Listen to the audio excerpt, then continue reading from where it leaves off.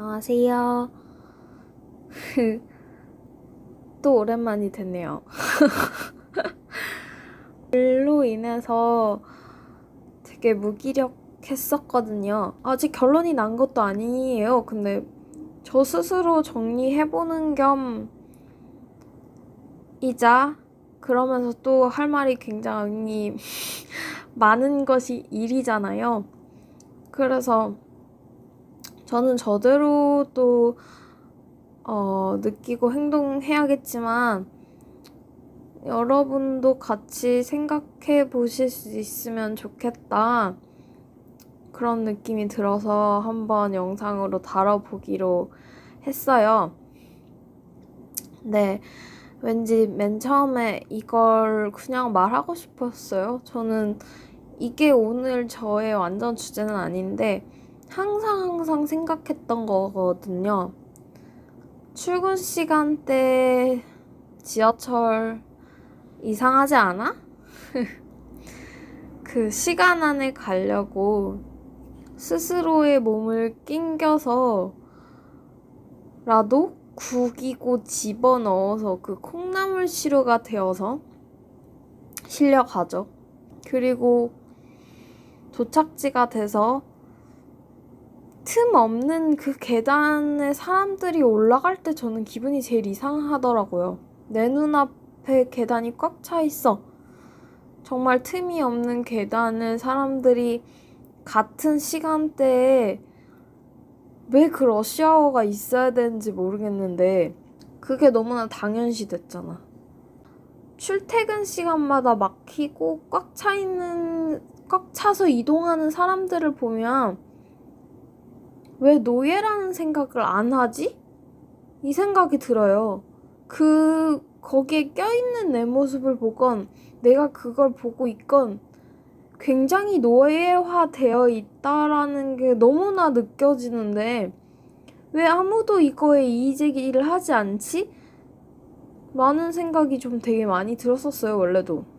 그나마도 다행인 건 최근에 제가 예전 영상에서 관찰일기를 추천드렸던 알렉스 코치님이 약간 그거를 은근하게 혹은 대놓고 약간 생지 애니메이션으로 비춰준 영상이 있었었는데 어떤 소비와 함께 이렇게 굴러가는 우리의 구조를 약간 보여준 적이 있어서 그나마도 그분은 구독자나 팬이 굉장히 많기 때문에 그걸로 인해 다시 한번 생각하시는 분들이 있지 않았나 해서 좀 다행이다 싶긴 했는데 옛날부터 너무 이상했어, 이게.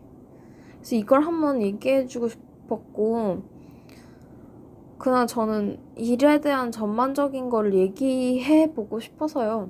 왜냐면 사실 이게 내 주제인데 우리가 일하려고 태어난 게 아니거든요. 우리가 궁극적으로 생계 꾸리려고 태어난 게 아니니까 자꾸 현타 오는 거야. 응?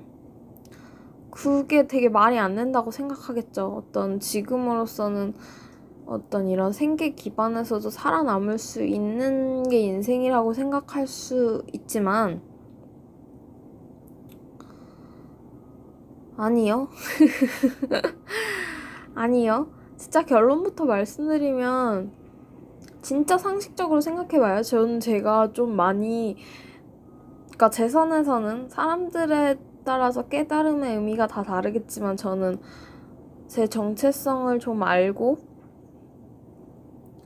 어떤 현상들을 다시 보게 됐을 때 진짜 이게 일루션이다, 환상이다 이런 느낌이 되게 컸을 때 버스를 타고 그때는 여유로운 시간이었어요. 버스를 타고 또 하필 왜 강남 한복판에서부터 우리 집 쪽으로 가는 길에 보이는 모든 건물들과 모든 것들이 정말 쓸데없고 의미 없고 하나도 필요 없는 아이들이라는 게 너무나 느껴졌었거든요. 왜냐면 진짜 단순히 상식적으로 생각해보셔도 그래요.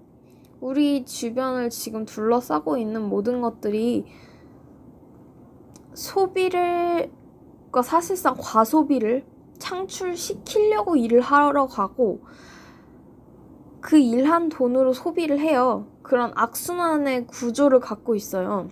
그러니까 사실상 그렇게 필요하지도 않은 소비를 하게 만들려고, 소비자를 꼬드기려고 일을 하잖아요. 그거로 회사에 이익을 창출하려고 그런 식으로 회사를 꾸려가고 회사를 나가잖아. 근데 거기서 나는 그렇게 길길이 번 돈으로 또다시 그 소비하는 그 틀 속으로 내가 빠져들어. 그러니까 그런 틀로 내가 빠져들고 그 안에서 헤어나오지 못하는 그런 악순환 속을 돌고 있다고요, 우리가. 근데 이게 필요치가 않다고요, 원래는. 제 말은 우리가 생계 꾸리려고 태어난 게 아니라는 거는 그냥 궁극적으로 느껴져요. 왜냐면 우리가 이러고 사는 거 자체가 열받잖아. 근데 진짜로 우리가 일하려고 태어났나요? 그거 생각해보면 아니잖아. 그래서 이상한 이 사회를 보면 뭔지 아세요? 사실 우리의 지금 있는 지식들만 흐르게 해놔도 우리 일 안 하고 여행 다니고 살 수 있어요.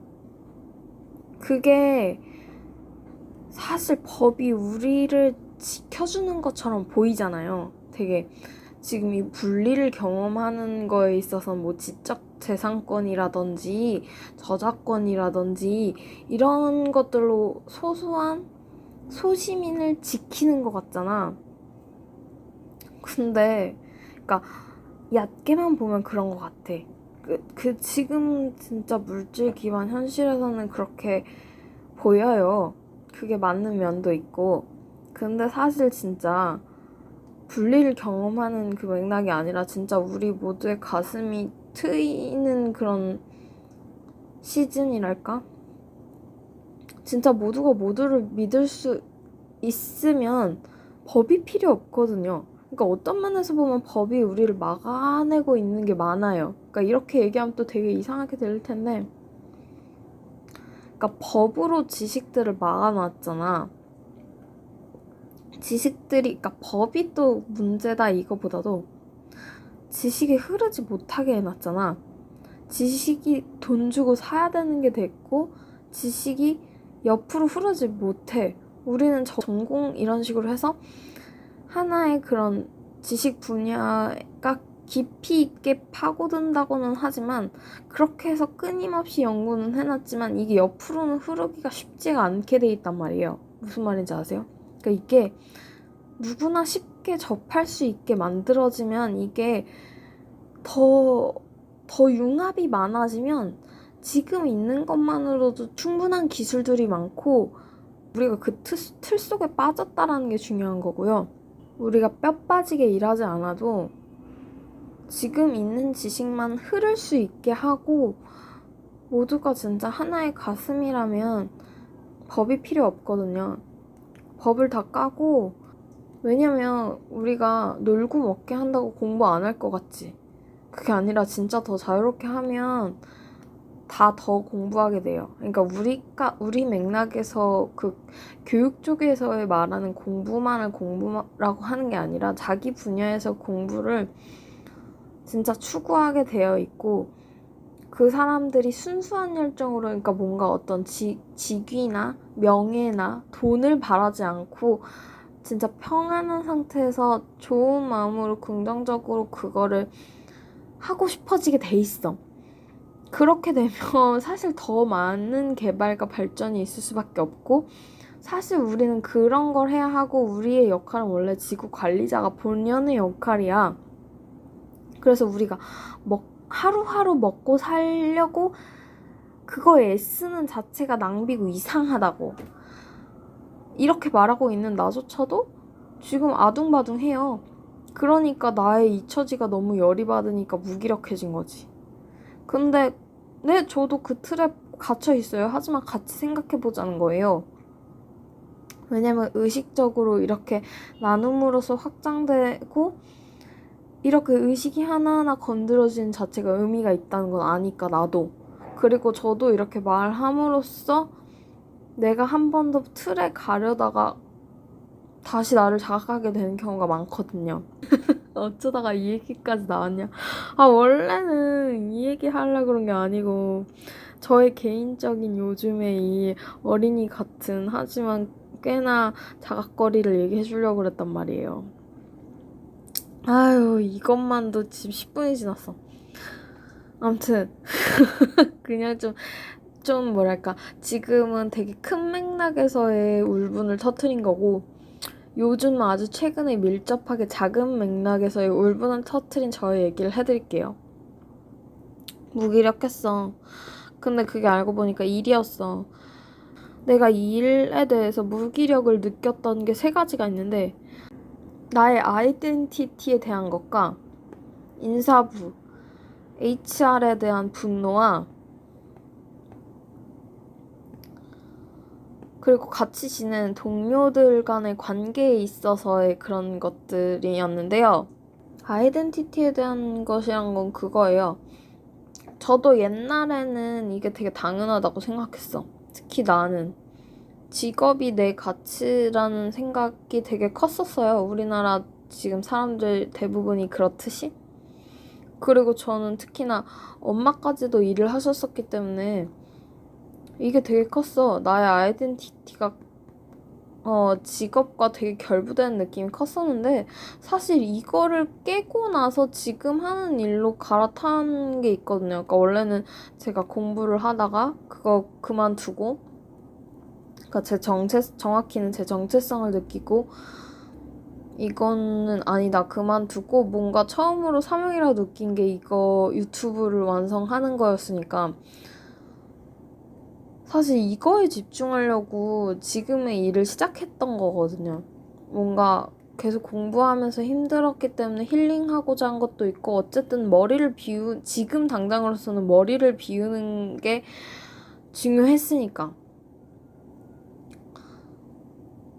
그리고 뭐랄까, 지금 하는 일을 당연히 평생 직업으로 잡은 건 아니었지만서도, 아니면 혹은 제가 진짜로 이제 갈아타야 할 시즌이 돼서 이런 게 올라왔을 수도 있긴 한데, 아무튼 간에 저는 원래는 이제 이 일을 시작할 때는 나는 내가 쉬려고 했고, 나의 아이덴티티가 직업이 아니다라는 거를 알고 시작했기 때문에 사실 원래 처음에 문제가 없었어요. 그리고 거기다가 제가 이 영상 찍으면서 만난 분들은 다 그렇게 이런 트랙 덜 갇힌 분들이 만났기 때문에 그분들은 나의 아이덴티티를 내 직업으로 생각하지는 않으시니까 나는 편안했어. 아무 문제가 없다가 어쩌다가 이제 일반 분들도 만나게 되죠. 근데 그 과정에서 이제 혼란이 조금씩 시작된 거야. 나는 느끼는 사람이잖아. 근데 일반 분들 처음에 만나면 다 그거지.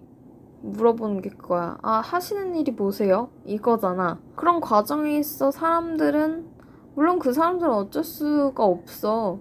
내가 살아온 맥락을 다 얘기해 주기 전까지는 나를 직업으로서 판단하는 건 알겠지만, 나는 알면서도 그거에 또 상처를 받고 그 과정에서 내가 자각하지 못한 상태에서는 나 또한 나도 모르게 그 사람들의 시선에 의해서 나의 아이덴티티를 또 직업이 나의 아이덴티티가 되어버리는 그 느낌을 다시 받게 된다고 해야 할까? 그러니까 그런 시선을 계속 받다 보니까 나도 다시 위축이 되어지고, 어떤 나의 정의할 수 없는 나의 아이덴티티를 거기에다 집어넣게 되고, 그런 과정에 있어서 더 이상 구겨질 수 없는 내가 너무 힘이 든 거죠. 나는 더 이상 구겨 넣어질 수 없는 앤데 다시 그런 직업 아이덴티티에 나를 집어넣고, 그리고 참 웃기고 재미난 건, 그러니까 나도 모르게 나를 직업과 동일시하면서 그와 동시에 그게 힘든 거지. 원래는 아무 생각 없이 편안하게 했었는데 이렇게 되면 또 그게 문제야. 내가 일을 못하면 이게 내 아이덴티티니까 내 자존감이 낮아지는 거야. 그러니까 나에 대한 그런 가치가 하락되는 느낌이니까 그게 내가 너무 힘든 거죠. 무슨 말인지 아세요? 그러니까 내가 이 일이 내가 아니라는 걸 알면 이 일을 못해도 나의 가치는 하락하지 않아. 근데 내가 이 일을 나와 동일시 했으니까 나는 이 일을 못하는 순간에 되게 좋지 못하고 낮고 자존감이 낮아지는 거죠. 그런 식으로. 그렇게 인식이 되니까. 근데 되게 웃긴 거는 그건 거죠. 그거랑 자꾸 부딪히는 거야. 저는 사실 이제 더 이상 정말 생계를 위해서만 할 생각이지 어떤 직업으로서 나를 그 이미지로 나를 구현시킬 생각이 없단 말이에요. 그러니까 나중에 후에는 제가 뭐 힐러 같은 거를 네, 당연히 진지하게 고려하고 있어요. 근데 그런 거 아니고, 그러니까 진짜 가슴 뛰는 일 외에는 생계로만 가져갈 생각이어서 나의 이미지나 아이덴티티로 직업을 구축시킬 생각이 없는데, 그렇기 때문인지 또 지금 하는 일을 완전 대충 하는 건 아니지만 남들만큼 나의 모든 걸 소모시킬 정도로 할 수가 없고 하고 싶지가 않단 말이에요. 그래서 저는 딱 내가 하는 정도만 하는데 거기다가 나는 성향상 지구적이지 못해서 빠릿빠릿하지가 않아요. 그러니까 이게 빠릿빠릿한 분들과 비교가 되면서 또 나는 내가 낮아지고 그러다가 또 뭐 내가 일을 잘못하거나 해서 윗사람한테 혼이 나고 이러면 또 나는 낮아지고 이런 걸 반복되면서 되게 혼란스러웠던 거예요. 그러니까 원래 일 초기에는 뭐 내가 못한다 그러거나 뭐 그런 눈치를 주거나 해도 그냥 그런가 보다 했어. 왜냐면 이게 나의 아이덴티티가 아니니까. 그냥 못하는가 보다. 이쪽은 역시 내 일이 아닌가 보다. 그냥 지나가는 일인가 보다. 이렇게 하고 넘어가면 되는데 이게 이제 일반 분들 만났을 때 그분들이 나를 직업과 나를 거의 동일시 하시면서 그 시선을 받고 나도 모르게 그 시선대로 그 시선을 많이 받다 보니까 나도 다시 옛날처럼 직업이 나인 양 그렇게 인식된 상태에서 내가 일을 잘 해내지 못하면 나의 가치는 낮아지는 느낌을 받고 약간 요런 기간이 있었어요. 그래서 그게 나도 모르게 힘이 들면서 힘이 들죠. 그러니까 자존감은 낮아지지. 그때는 이 맥락이 파악이 안 됐으니까 나는 힘이 들지. 그러니까 이거의 악순환이었던 거예요. 근데 이걸 왜 말씀드리겠어요? 그러니까 여러분들도 생각해 보시라고. 이런 식으로 본인과 직업을 동일시한 상태에서는 일을 못했을 때마다 자책을 하고 나의 자존감이 낮아지잖아. 그러니까 현대 사회에서 사람들이 자존감을 높이기 위해서 무엇을 해요? 그러니까 어떤 일의 성과를 높이거나 뭐 몸매를 가꾸거나 그러니까 뭔가 뭐 책 한 권을 더 읽거나 이런 어떤 성실함이라든지 뭔가 해내는 것으로 자신의 자존감을 높이잖아요. 그러니까 이 맥락도 보여드린 거예요. 근데 또 그런 것들 하나하나와 나를 동일시했을 때 벌어지는 이 현상들, 그러니까 뭐를 못하면 나의 가치가 내려가고 이런 맥락을 한번 보시라고 말씀드리는 거예요. 이해가 가세요? 저 또한 이렇게 빠져있다고 말씀드리는 거예요. 그리고 나는 또 그랬어요.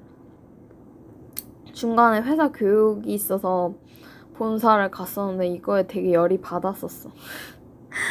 HR의 그 맥락이 너무나 보여서 나는 진짜 그 자리에 앉아있는 게 너무 힘들었어. 어떤 사회에서 그렇지. 회사에서 그런 거야.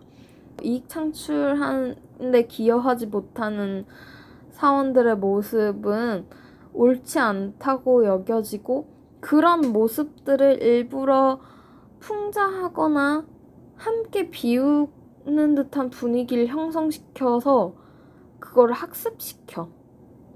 그리고 딱 회사가 원하는 상만을 주입을 하는 거야. 굉장히 멋있다라는 듯한. 정말 소수의 회사를 빼놓고는 웬만한 회사는 정도의 차이거나 은근함과 얼마나 머리를 썼느냐의 차이인 거지. HR들이 다 그런 학습과 주입으로 노예화를 만드는 거죠. 근데 사실 그건 거지. 학교와의 차이는 그거야. 사람들이 수긍을 하는 건 수긍을 하고 노예화를 알면서도 받아들이는 건 얘네는 돈을 주잖아. 이거의 차이인 거죠. 학교는 돈을 주지 않았어. 그리고 엄마 아빠가 보내니까 억지로 갔던 그거지만 회사에서는 이제 돈을 주고 그걸로 나는 소비를 할 수가 있네? 약간 이거에서 참고 제대로 안 보게 되는 거야. 학교에서는 괴로우니까 제대로 보는 경우도 있었어. 학교 이거 잘못됐어. 약간 이런 식으로, 그죠? 근데 그런 거죠.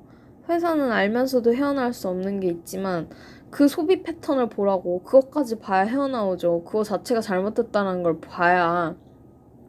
그래서 그 HR이 너무나 어이가 없었고 그것과 더불어서 나름 저의 상사? 위에 바로 위 말고 위에쯤 되는 상사랑 얘기하고 그 사람의 패턴을 보면서 느꼈던 게 되게 그랬어. 벽돌이야. 약간 그것도 있더라고요. 회사가 주는 직급을 먹게 되면 요거밖에 안 되는 나를 알아줬어. 약간 이런 맥락에서도 되게 충성을 하게 되는 분이시더라고요. 이분은. 그래서 그거 보면서도 되게 신기했어. 그 저의 나름 상사 윗선이라고 느껴지시는 그분은 본인이 회사가 요구하지도 않는 선까지도 노력을 하시면서 그걸 당연하다고 해내시는데 그러면서 여기도 써놨죠. 본인이 얼마나 더 한다고 당연히 남도 그래야 한다라는 분위기? 이거를 조성해 놓은 회사들이 굉장히 많죠.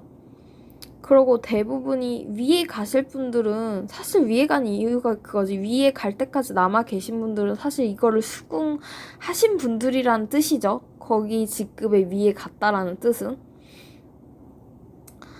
그러니까 이 분위기를 조성해. 그래서 우리네 시어머니를 욕할 것 없이 여자들만의 풍습이라고 생각할 것이 아니에요. 회사 안에서의 시어머니가 얼마나 많은데. 우리 땐 다 이랬어. 내가 했으니 이만큼은 참아야지를 말로 하지 않아도 몸과 행동과 그런 것들에 다 묻어 있잖아요. 혹은 이거는 우리가 어떤 학교나 이런 것들에서 사회적으로 만연해 있는 것들 때문에 벌어지는 건데 사실 그러니까 이렇게 말하지 않는 선임이어도 아주 착한 선임이어서 진짜 순수하게 자기만 1시간 더 일하고 가려는 건데 괜히 그거 보고 이 사람은 그렇게 할 사람도 아닌데 나만 밉상될까봐 혹은 저는 그게 더 좋아. 정말 너는 빨리 칼퇴해. 나는 할 일이 있어서 이런 선임은